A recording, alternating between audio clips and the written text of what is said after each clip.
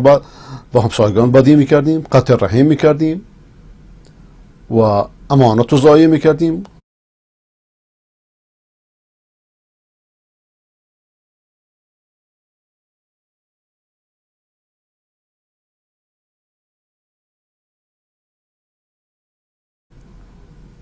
و قوی حق ضعیف مرجع می.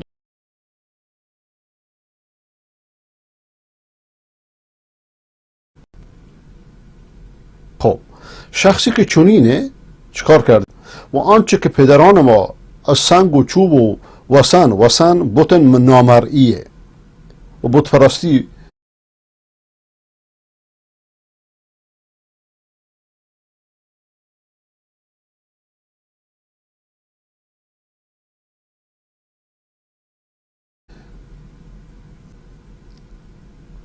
امروز شما به این دعوت ها بخونی میگه تو وهابی هستی، چه بلاییه. خب وهابی باش، مادامی که حق الان چه مهمه که وهابی باشی یا غیر وهابی.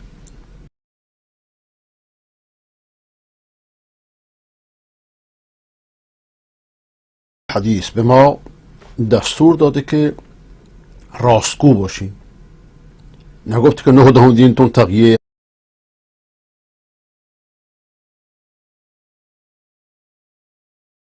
و اداء الامان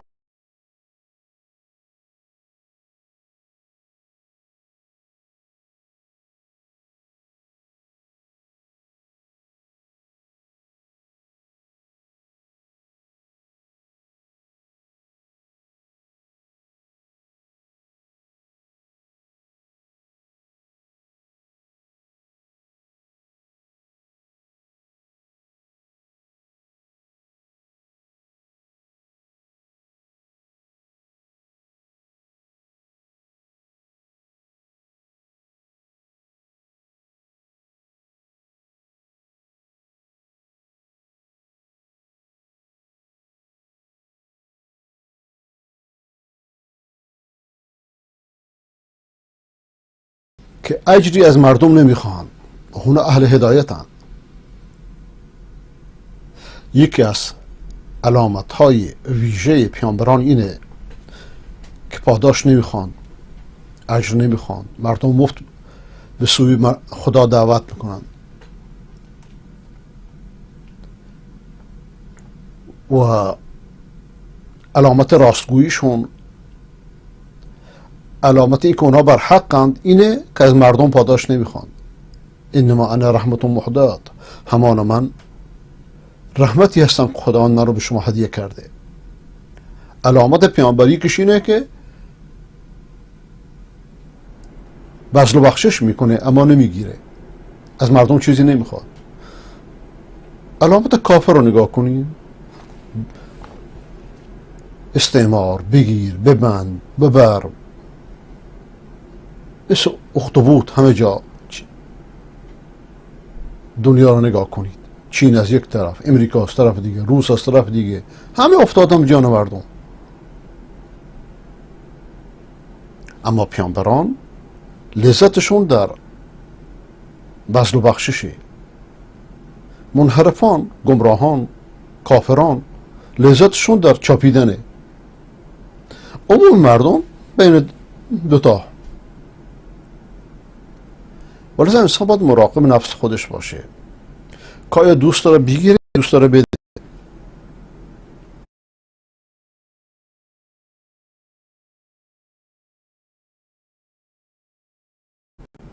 خودشو میتونه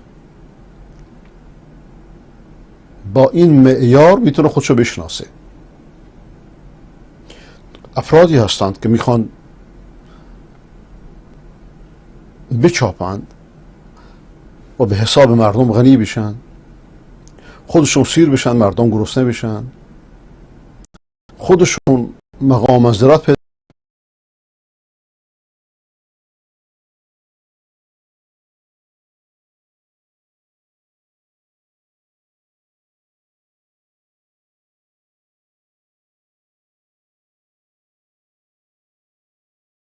دیگران به انداز رو بیدی.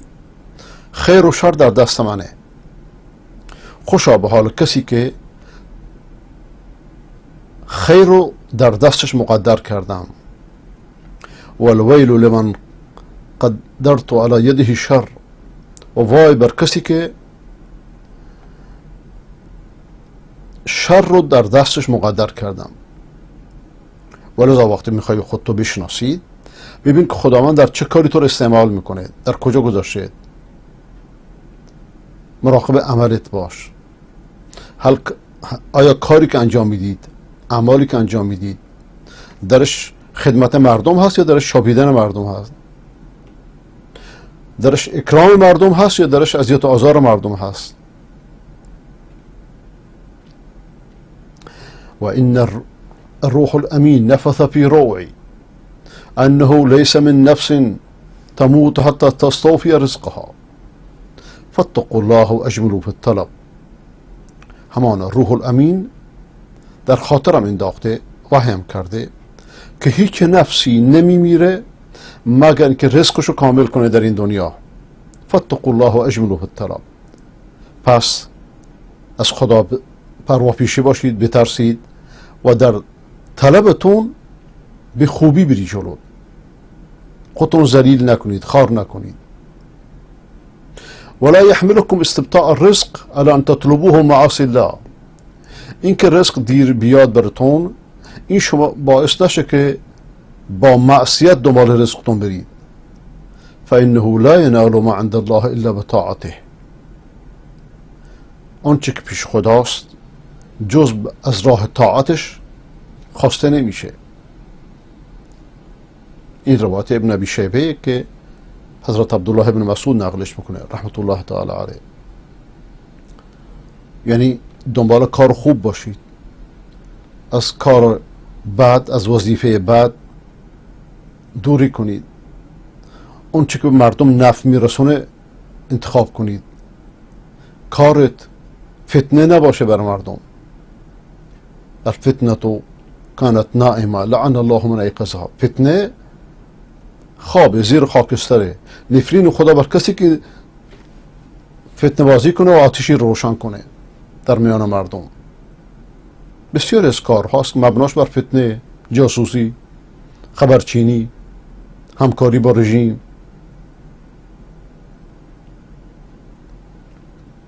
بسیار از کار هاست که انسان رو فتنه وامی داره. خرید و فروش چیزایی که حرامه، مواد مخدر مثلا، سیگار، هر چیزی که حرام باشه از کوچک تا بزرگ، شراب و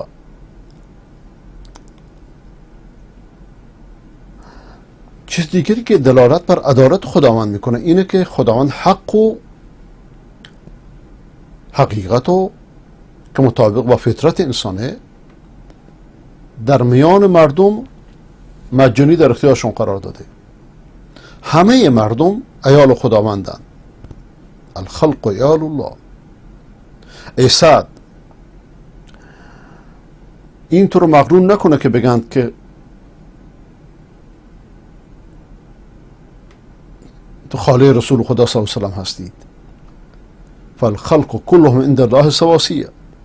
این سخن عمر به سعد رضی الله عنهما. مردم مخلوقات پیش خداوند مساوی هستند و بینشون هیچ قرابت و خویشاوندی نیست الا طاعتهم له، مگر پیرویشون از خداوند، نه پیرویشون از امام، از بهمان، از پیر، از پاتار، از قلندر. راه خدا پیامبر میفرماید. ولذا همه کس خداوند به حق دعوتش میکنه. سفید، سیاه، عرب، عجم، بزرگ، کوچک، هر انسانی رو. اذهب الى فرعون انه طغى. بری پیش فرعون که طغیان کرده. فرعون خامنه‌ای زمان، خمینی زمان. البته فرعون کسی میتونست بره پیشش. الان کسی میتونه بره پیش خامنه‌ای که من اومدم نصیحتت کنم؟ کدوم عالم میتونه، کدوم ناصح میتونه پیش خامنه‌ای بره؟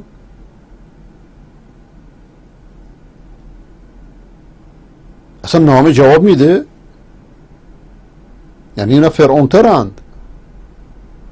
خب پیش فرعون هم که میرید و قول له قولا لینا، وقتی باش صحبت میکنید، هر انسانی قلبی داره. صحبت جلو، صحبت در یک جلسه فرق میکنه با صحبت عمومی. فقول له قولا لینا، باش با نرمش سخن بگید. لعله یتذکر او یخشی، شاید پند بگیره، از خدا بترسه. فرعون، همون فرعونی که میگه انا ربکم الاعلی، من خدای اعلی شما هستم، ما علمت لکم من اله غیری، غیر از شما خدای سراغ ندارم. همین فرعونی که میگه الیس لی ملک مصر، پادشاهی مصر مال من نیست، موسی چی داره؟ با این تکبرش. چون این شخص متکبری رو خداوند بازم میگه به سوی من دعوت کنید، حجت رو براش تمام کنید. فقول له قولا لینا، شما دو نفر موسی و هارون باش با نرمش سخن بگید. لیکن انسان بدون کجا نرم سخن بگه، کجا تند سخن بگه، درشتی و نرمی به هم در به هست.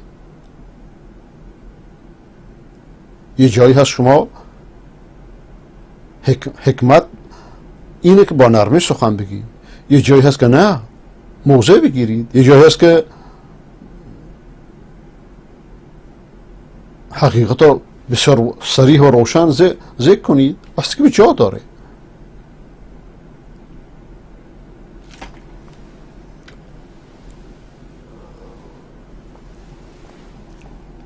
من اوتی الحکمت فقد اوتی خیرا کثیرا. ولذا کسی که امر معروف میکنه امرش باید معروف باشه، امر خودش. و اما راجع به عموم مردم باید انسان نرم باشه. عموم مردم تا ائمه کفر، ائمه شرک فرق میکنن. با عموم شیعیان نباید اون برخوردی رو کرد که با یک آخوند دجال کذاب انسان برخورد میکنه. با اینها باید رفق داشت، نجاتشون داد، مطمئن باشند که ما خیرشون رو میخواییم و اختیار با خودشونه.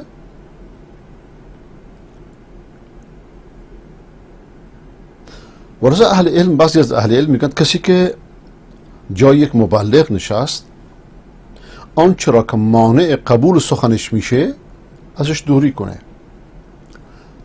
پرهیزکاری خوبه، لیکن برای مبلغ، برای عالم بهتره. کسی را که برای سوی خدا میخونید باید خودت اسوه‌اش باشید، نه که اثار از وسط بگیرید با نفاق و با دورنگی بازی کنید. مردم با چشمهاشون میبینند و میشنوند، یعنی نگاه میکنن که شما چطوری عمل میکنید. حرف هرچه بزن، به حرف اهمیت نمیدن، موضوع تو نگاه میکنن.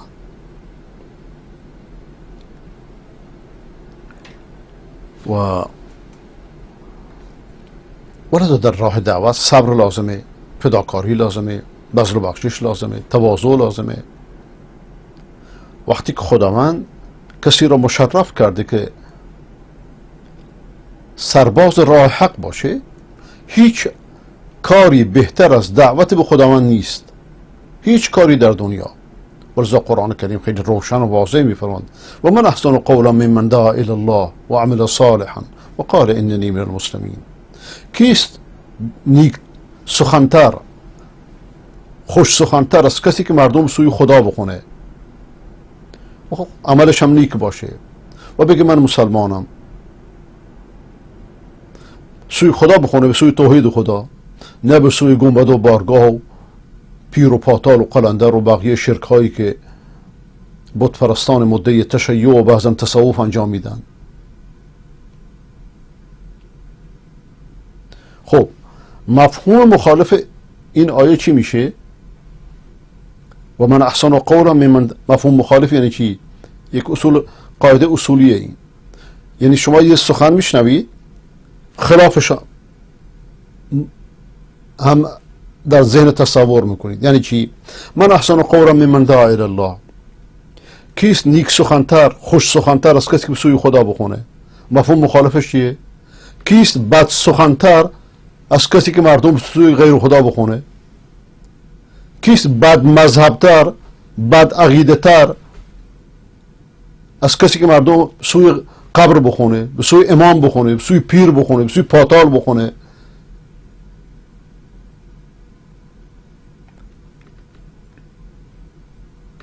این مفهوم مخالفشه. یعنی بدترین مردم، بدقولترین مردم کسانی هستند که مردم به سوی خدا نخوانند، مردم به سوی این آن بخونند، مردم به سوی عیسی پرستی بخونند، به سوی عزیر پرستی بخونند، به سوی علی پرستی بخونند، به سوی شیخ پرستی بخونند. این پرستی، این پرستش معانی متعدد داره. الان هیچ شیعه‌ای نمیگه که ما علی رو میپرستیم، اما میگه یا علی مدد. خب پرستشش همینه، صفات خدا رو به علی میده، پرستشش همینه. برای که آخوندا عقل مردم رو کور کردن، نمیدونن معنی پرستش رو براشون گم کردن. هر آنچه که صفات خدا شما بزرگان بدید اونا رو جای خدا نشوندید. مردم رو به قبر بخون، به امام، به شیخ، به قطب، به بقیه موهومات. این همش بدفعلترین، بدکارترین عملی است که صریح قرآن بهش اشاره میکنه. این یک. وقتی قرآن میگه که داعیان به خدا بهترین مردمانن، یعنی چی؟ یعنی دعوت واجبه بر هر کسی. دوباره مفهوم مخالفش چی میشه؟ یک کسی که به سوی خدا نخونه مؤمن نیست.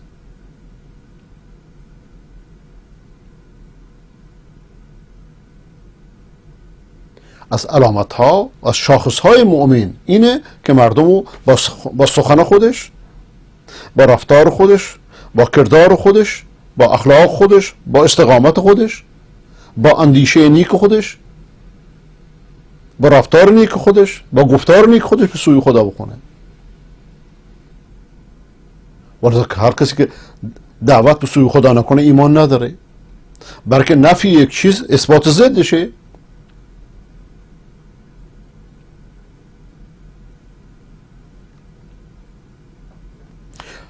مثلا اگه انسانی از دعوتش غرض دنیوی داشته باشه، شما بگی فلانی غرضمنده، یعنی چی؟ یعنی اخلاص نداره. اگر میگه نه فلانی بیغرضه، یعنی چی؟ یعنی اخلاص داره. اثبات یک چیز نفی ضدشه، یعنی معارف دنیوی نداره. واسه امام ابن جریر رحمت الله تعالی علیه راجع به این آیه شریفه میفرماد که خداوند میفرماد که ای محمد صلی الله علیه وسلم، تا از اونها اجر نمیخواهید، اینهایی که منکر نبوتت میشن. نگفت که منکر امامتت میشن. چرا کسی منکر امامت نشد؟ اگه امامت از نبوت بالاتره، بنا به این دروغ بزرگ که از کوه البرز هم بزرگتره، دروغ امامت از البرز هم بزرگتره، چرا کسی منکرش نشد؟ چرا ابو جهل نگفت که ما منکر امامتیم؟ البته این روایت دروغی درست کردن در طی قرون، همش افسانه ها. برکه جهلی بیش نیست، اصلا وجود نداشته. ای محمد علیه السلام، اینهایی که منکر نبوتت میشن، تصدیقت نمیکنن، با آنچه که بهشون دعوتشون میکنید اقرار نمیکنن، به سوی خدا نمیان، تو اونها رو دعوت به اخلاص، به عبادت میکنید، دعوت به توحید میکنید که فقط خداشون رو بپرستن، بت‌ها رو دور کنن، مطیع خداوند باشن. در مقابل همه اینا تو اجر نمیخواهید. از اینها نه ثوابی میخواهید، نه اجری میخواهید، نه تشکری، بلکه ثواب و اجرت با خداونده.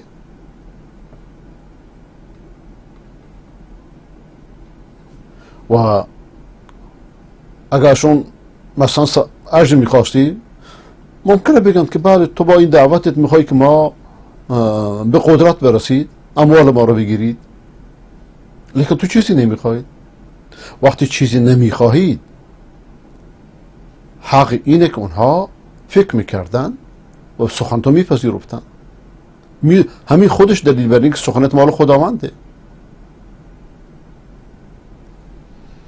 و آخر دعوانا الحمد لله رب العالمين وصلى الله على سيدنا محمد وعلى آله وصحبه اجمعین.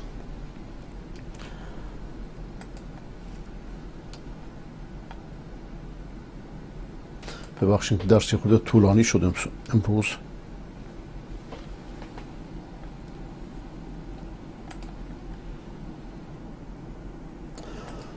آقای سعید از آستارا: برخی از پدران بدی هستند که به خانواده خود بی اهمیت و بی تفاوت هستند و بچه های خود رفتار بدی را دارند، مثل داد زدن بر سر فرزندان و همسر، توهین کردن فرزندان و همسر، خسیس و بخیلی، افتادن دنبال زنان دیگران، اعوذ بالله، احسان نکردن فرزند، ترک کردن خانواده، کنار فرزندان و همسر خود نبودن و غیره. و سالها میگذرد و این فرزندان بزرگ میشوند و مرد خانواده هم تغییراتی در رفتار میکند و آدم نرمتر و با احساستری میشود، ولی دیگر آن فرزند نمیتوان با آن پدر رابطه پدری و فرزندی را برقرار کند. نه، وقتی که اون بهتر شده، توبه کرده، راهش عوض کرده، شما هم ببخش. پدر حق داره، پدر و مادر حق دارن، اگرچه اون کوتاهی کرده. نمیتوان آنچنان که دیگران باید با پدران خود با همین صورت نمیتوان با فرزند خود درست رفتار کنند.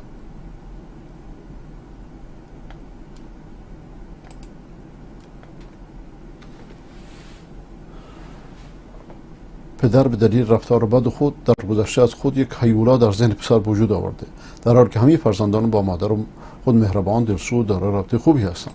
آخه بله، لیکن گاهی رخ میده که مادر در هیولا جلوه دادن پدر هم نقش داره، فرزند اینو نمیدونه، بستگی داره. لیکن اگر به این شکلی که شما میگی باشه،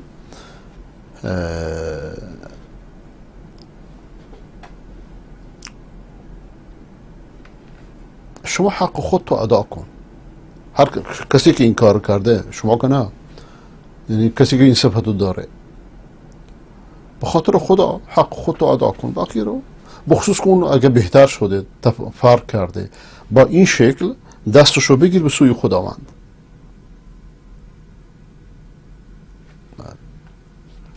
یعنی شما بهتر از اون باش. آقای رسول از رارستان: آقای دکتر، چند وقت است که آقای قزوینی رئیس شبکه ولیعصر اهل سنت را مناظره میطلبه، لطفا جوابشو بدهید. در کجا؟ ایشون که در ولایت بود، به خاطر مناظره با اهل سنت طرد شد اونجا، از بس که آبروریزی کرد، الان دوباره میخواد مطرح بشه. ایشون که از مناظره فرار کرد، چطوری جوابشو بدم؟ ایشون با خود بنده از مناظره فرار کرد. یک بار مناظره کرده، بعد فرار کرد.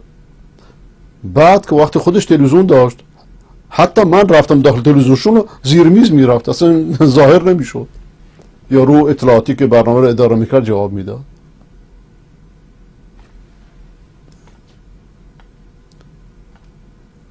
نکنه شما حرف قدیم شنیدی. آقای ابو مهدی از چابهار: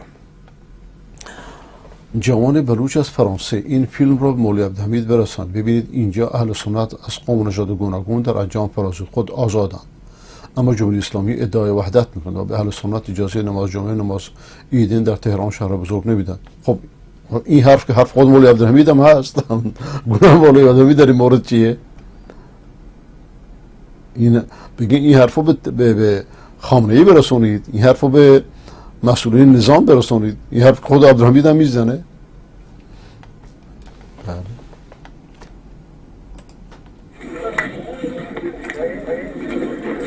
Brato Goharan. اجازه بدین.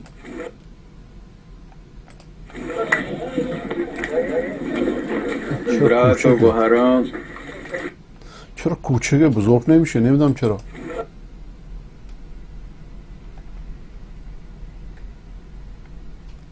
صفحه رو پر نمیکنه، نمیدونم چیکار کنم. Brato Goharan. संगता ये फिल्म आम्ही पक्ष कने शेख अल इस्लाम मौलाना अब्दुल हमीद साहब दस्ता beresi शिवचर पारिस यक्किचो मंतगे ब्रो हाल तसन्नुना शनमाज वंता पारिस तो का शिवचर ब्रो ما ادعای وعدت آقا شما اولا اگه فارسی میگفتی بهتر بود برای اینکه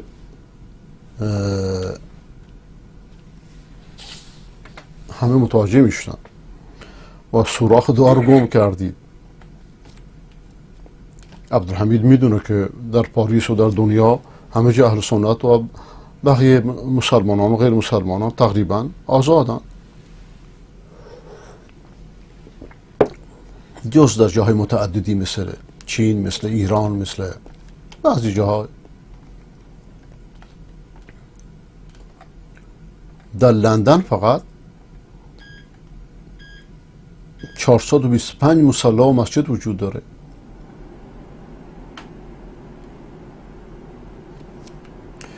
ان الله و انا الیه راجعون. متاسفانه خبری که به دست ما رسید مولانا صلاح الدین امروز توسط افراد جنایتکار و صوفی های قبوری گروه طالبان به جرم دعوت به سوی قرآن و سنت و توحید و درس تفسیر قرآن مجید در ولسوالی دره نور قلعه شاهی ولایت ننگرهار شهید گردید.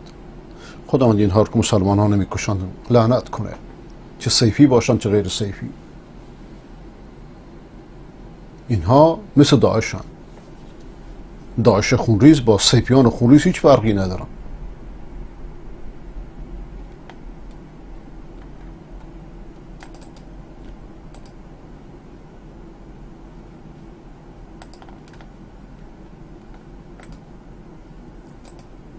من نمیدونم شما چطوری میفرستید که صفحه رو پر نمیکنه.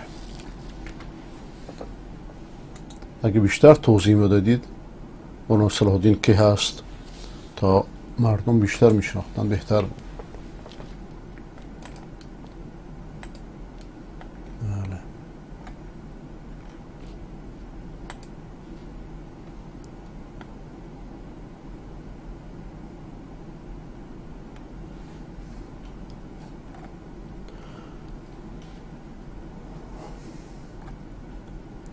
بله متوجه هم آقای سعید، من متوجه شدم.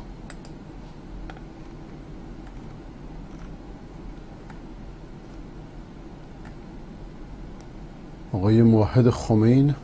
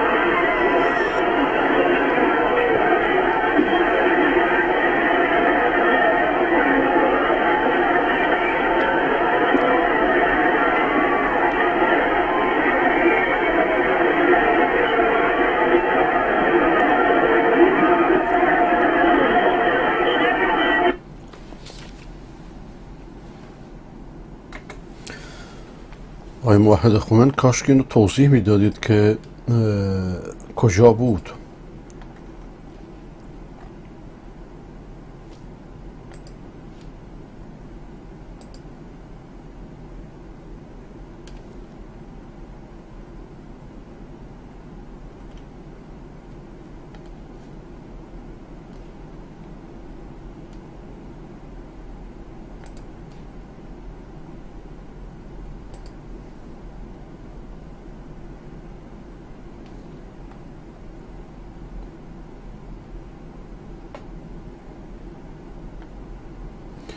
آقای محمد شریف از روسیه، شما سوره فاتحه رو فرستادید، نوشید که آیا این درست ترجمه شده که من استفاده کنم؟ ترجمه درسته؟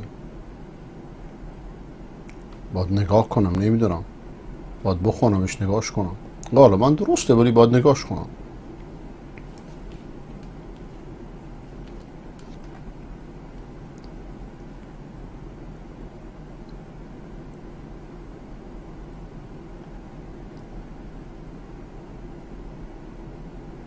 بله، اشکالی نداره، ترجمه تحت لفظیه.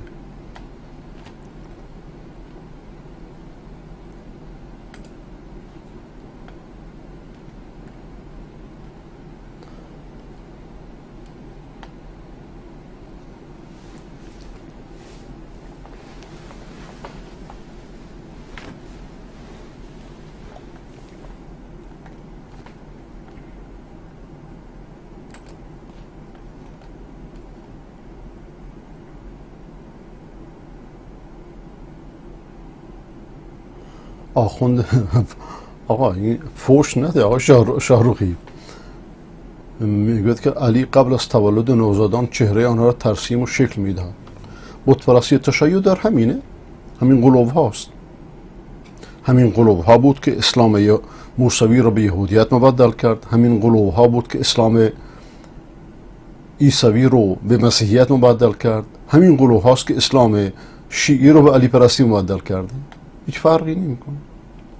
افراط و تندروی و غلو فقط در میدان سیاسی نیست، در میدان عقیدتی بدتره. تمامی افراط‌های سیاسی منشأش افراط‌های عقیدتی است.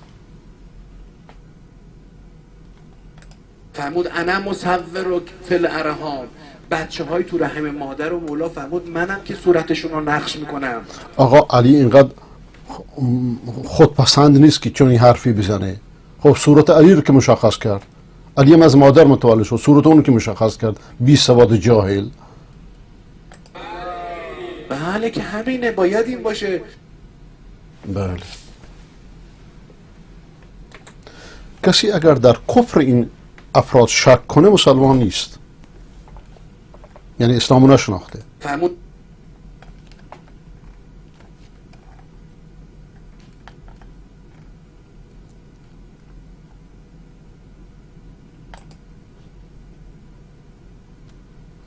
انگشتر سلیمان و خیلی چیزها دست امام گاوان و خران است. سلطان سلیم. بله. حضرت سلیمان انگشتری دارن، عصایی دارن، قالی دارن که اینا همجور باقی مونده به امروز. در چرا امروز به نحوی فرستادید که صفحه رو پر نمیکنه جناب؟ حضرت امام زمان ماست، حضرت آقا تشریف بیارن. آره، این حضرت آقای شما رو تشریف بیارن، خیلی چیزای دیدنی در خدمتشون هست. همه صفحه رو پر نمیکنه، اصلا نمیره، نه که صفحه رو پر نمیکنه. بله.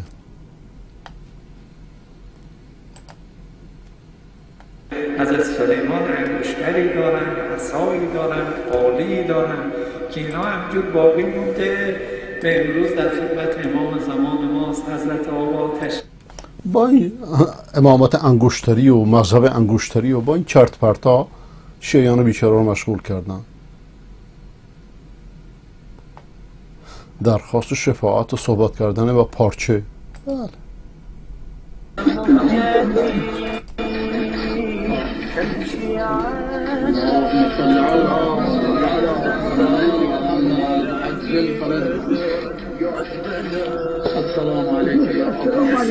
وقت الله السلام عليكم اللهم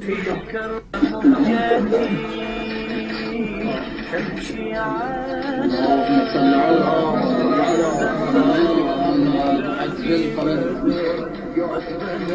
السلام عليك يا وقت الله السلام عليكم. خدا را گذاشتند و به پارچه ها چسبیدند. امامت پارچه ای. ازم با این روش نفرست، برای اینکه صفحه را پر نمیکنه.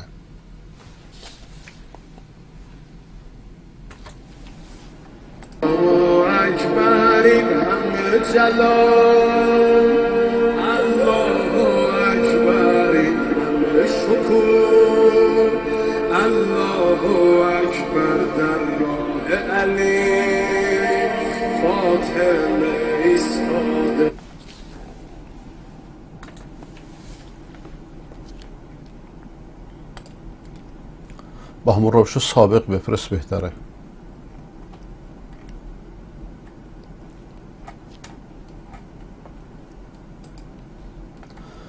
ساعتی پیش تهران خیابان انقلاب. بله متشکرم.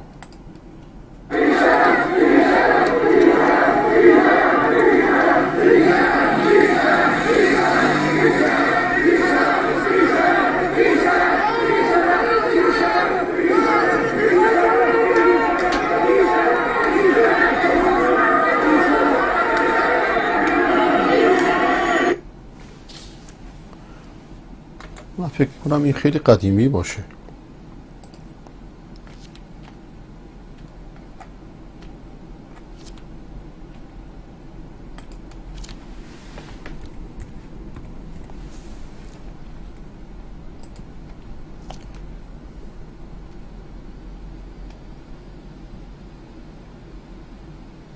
بفرمایید گرسنگی بکشید تا امام زمان بیاید.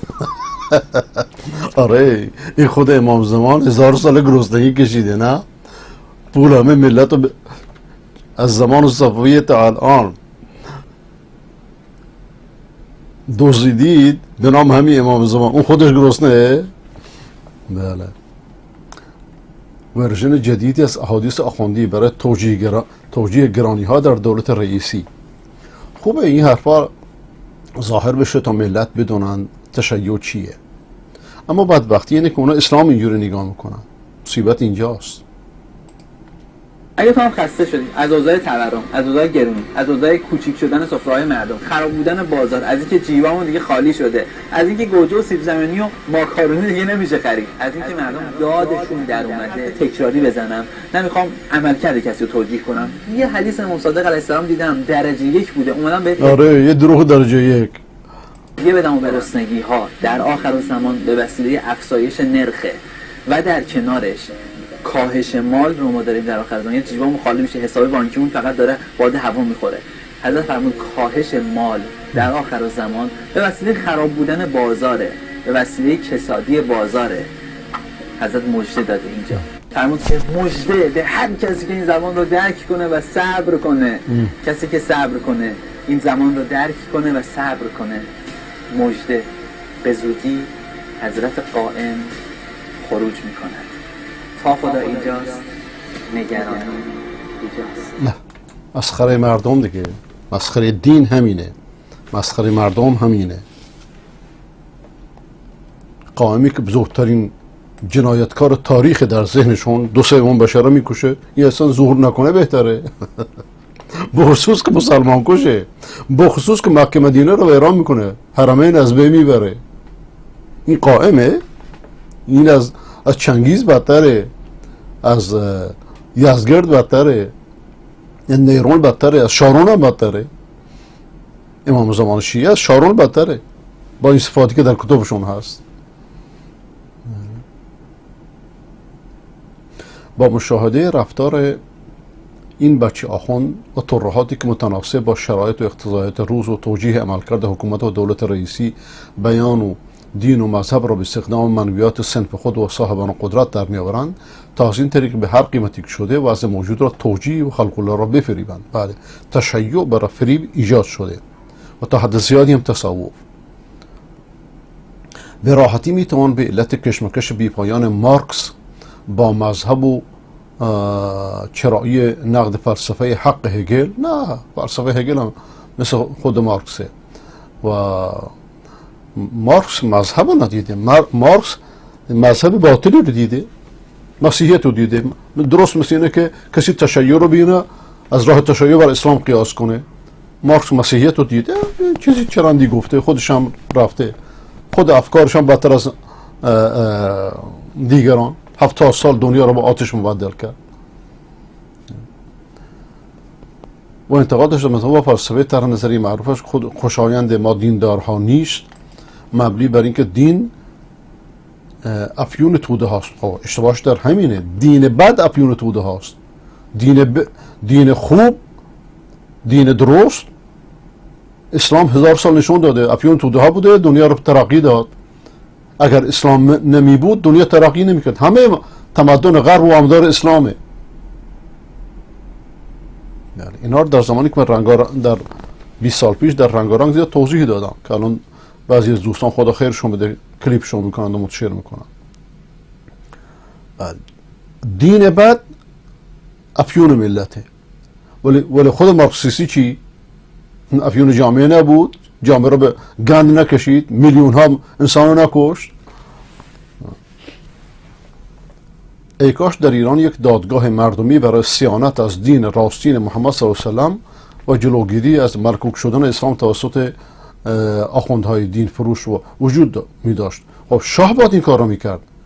شاه اگر فکری می داشت، اگر دیکتاتوری نمی کرد، بهترین فرصت بود برای محاکمه همه مراجع دوست که 500 سال در ایران فقط پول مردم چاپیدن به نام خمس، ارز مردم بلا تشبیه خراب کردن به نام متعه. در آن صورت امثال این فرد به خود اجازه نمیدادند که با بیان چنین ترهاتی پیش از این مردم را از دین گریزان و رویگردان نمایند. به راستی مجازات این خرافه‌گویان دین فروش چیست؟ مجازاتشون اینه که مردم رو بیدار کرد. تا مردم بیدار نشن اینا سر خرسوارن.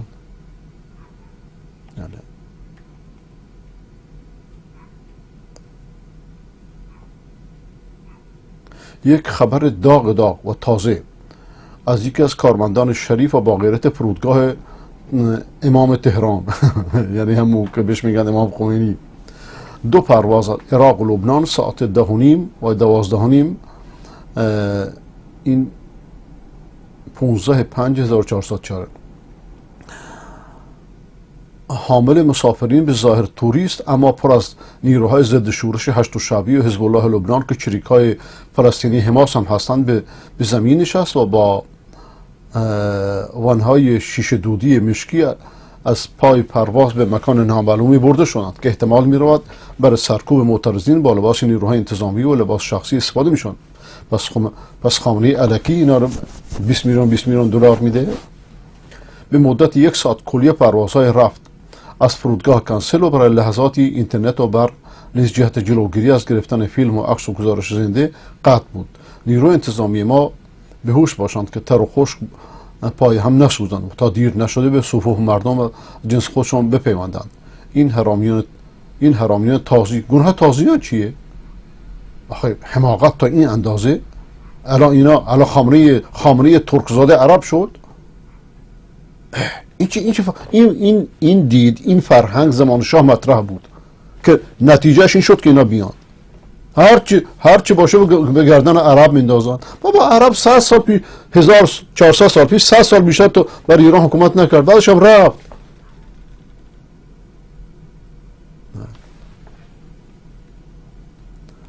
بله و مزدور پولهای مفت این ملت را برای استفاده اونا در چنین روزهای سرپا نگه داشتن حکومت فاسدشون خرجشون میکردن. آقا اینا شیعه ها رو میارن، مزدوران خودشون رو میارن.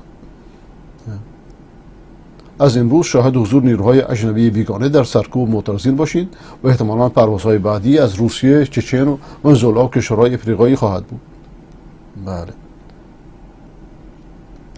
جاسم خوری عراقی‌ها تو استادیوم دارن ایرانی ها رو مسخره میکنن، میگن روغن روغن بدید به ایرانیان، ازشون زن بگیرید. لعنت به باعث و بانی این وضعیت. بله، باعث و بانی این وضعیت روحانیت تشیعه، از خمینی و خامنه‌ای گرفته تا بقیه همکارانشون. عراقی‌ها تو استادیوم دارن ایرانی‌ها رو مسخره میکنن، میگن روغن بدید. بله، این هم فیلمش.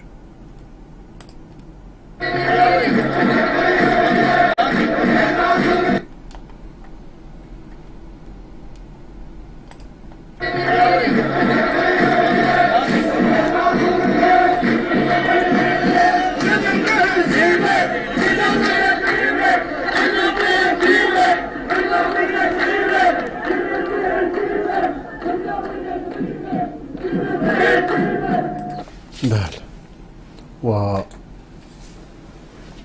خب عراقی‌ها حق دارن، عراقی‌ها حق دارن، برای که ایران عراق خراب کرد. قبل بیش از امریکا ایران که عراق خراب کرد.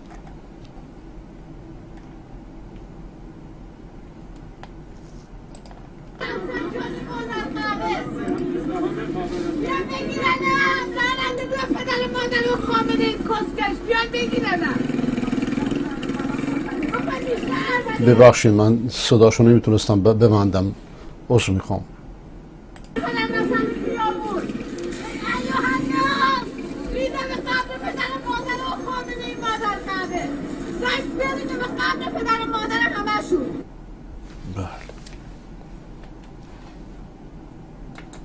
مردم دادشون به آسمان رفته.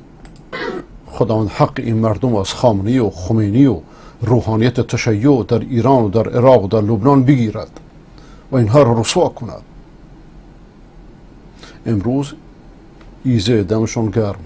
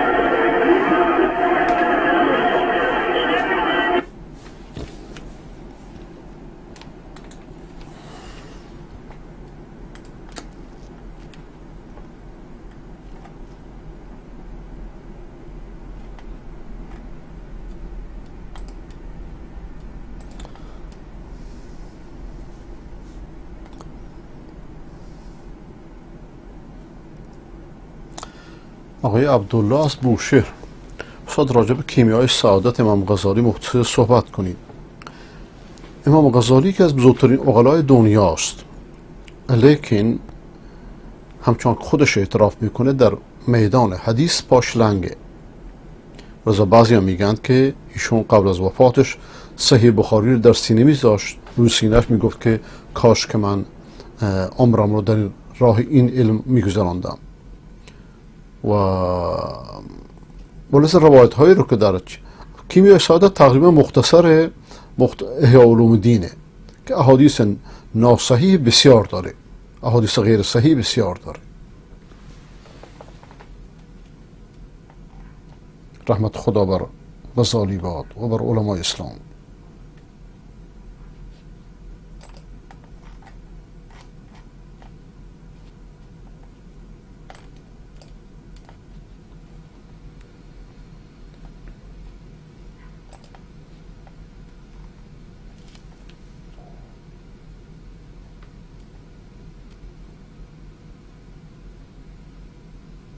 کسانی که به اسلام راسین و اعراب میتازند آیا حکومت‌های عرب منطقه رو نمیبینن که به چرپای مردشون دارن؟ اینا مشکل قومگرایی همینه، مشکل به اصطلاح ملی گرایی همینه. این فرهنگ نادرست پانیرانیسم را که همه مصیبت های ایران و از اعراب میدونه، اینو باید اصلاح کرد. تشیع اینو بدتر کرده، یعنی از زمان شاه اسماعیل صفوی دشمنی با عرب بیشتر شده و این دشمنی رو ازش سوء استفاده کرده، آمده این مذهب ویرانگر رو بر ایران مسلط کرد. راه درستش تصحیح تاریخ و تصحیح دینه و این کار کوچکی نیست.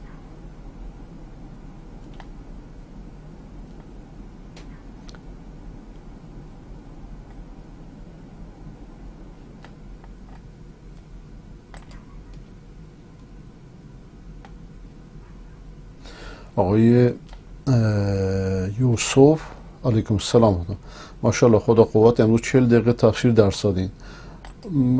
من دوست ندارم تفسیر طولانی بشه برای اینکه خسته کننده نشه، لیکن شما علاقه دارید از قدیم، خدا به برکت بده.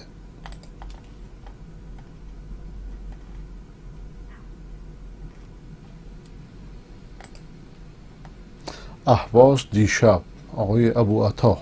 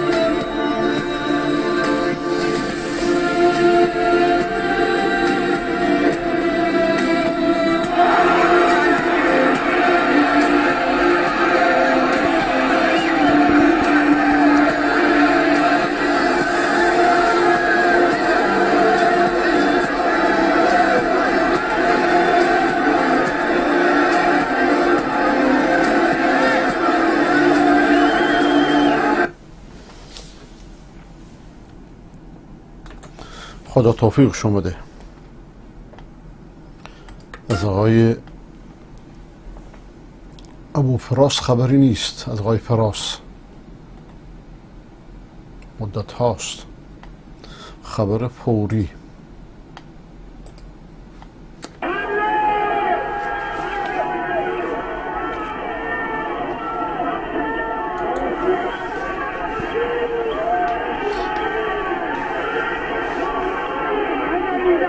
حمله به یگان ویژه خوزستان.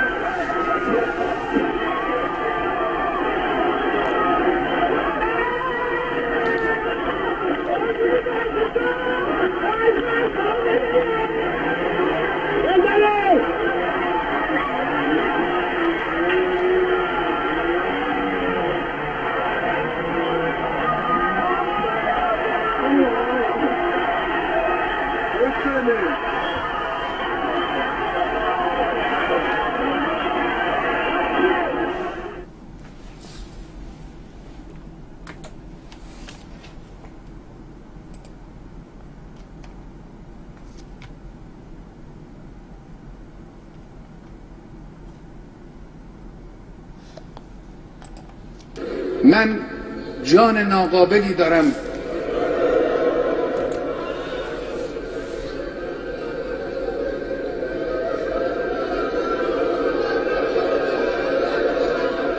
جسم ناقصی دارم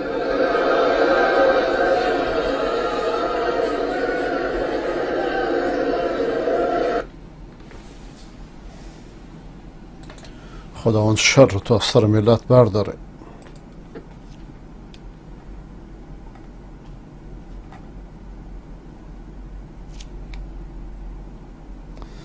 بیژن جارچی در مورد مسئولان، خود بیژن جارچی از مسئولان بدتره آقا. خودش افکارش از خامنه‌ای و امثال خامنه‌ای تازه بدتره.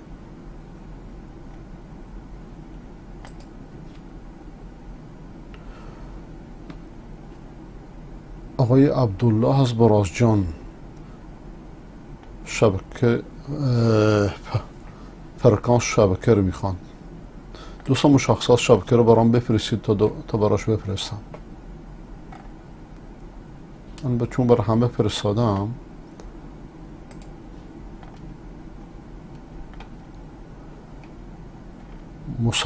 مسلمون آتش پرست یعنی چی آقای شریف؟ اگر قرار شد هر کس مسلمان شد اسلام مراسمش هم بپذیرند باید عید بودایان بله.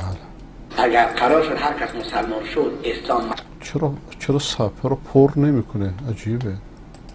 اگر قرار شد هر کس مسلمان شد اسلام مراسمش هم بپذیرند باید ببخشید صفحه رو پر نمیکنه. کلیپ قدیمی و خیلی کلیپ خوبیه لیکن اگه صفحه پر نشه فایده نداره.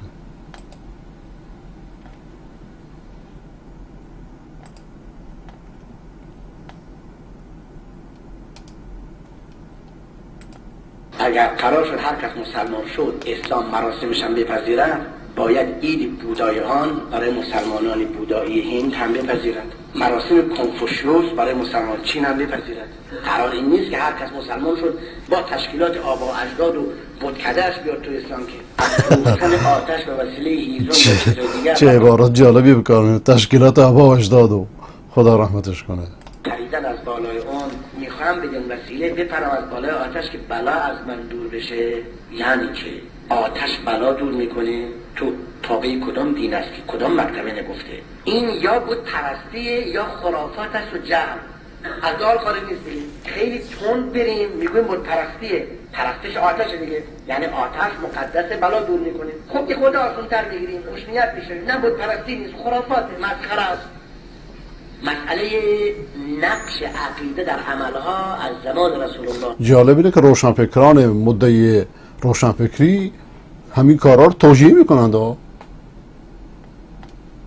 الله علیه و مطرح بوده. مردی از مسلمانان به خدمت رسول الله صلی الله علیه و آله و گفت یا رسول الله من نذر کردم که بروم فلان جا گوسفندی را بکشم و چند نفر دعوت کنم اونجا اطعام بکنم. حضرت فرمود در اونجا درختی، سنگی، چیزی نبوده که در جاهلیت برای رفع حاجت، برای تبرک مردم به اونجا بروند؟ گفت نه، من نظر کردم دوستان دعوت کنم اونجا برم بهشون غذا بدم. اونجا چیزی نبوده که مردم بروند به وسیله اون درخت یا سنگ دفع بلا بکنند. حضرت صلی الله علیه و سلم فرمود اوف به نظرت وفا بکن، انجام بده.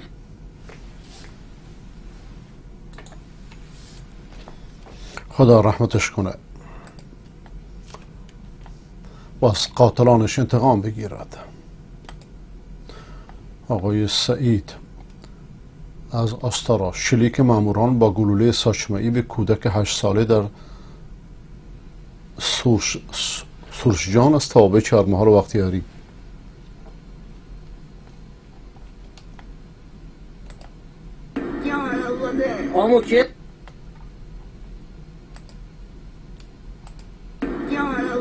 آمو کیه زیده تامو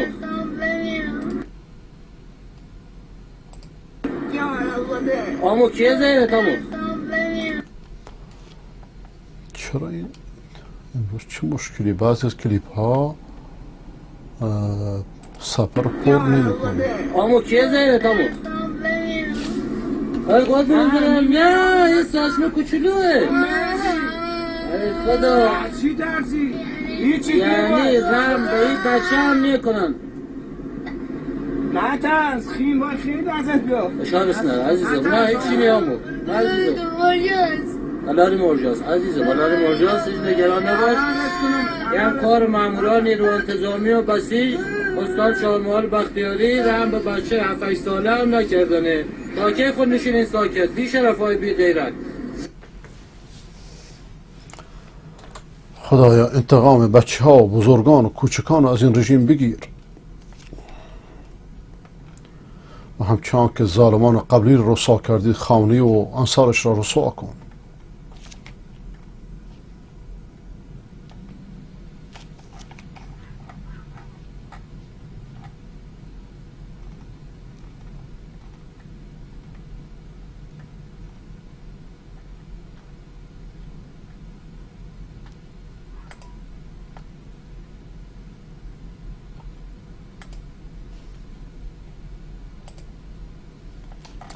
خب دوستان، همه شما رو به خدای بزرگ می سپارم. شب روزتون بخیر هر جا که هستید.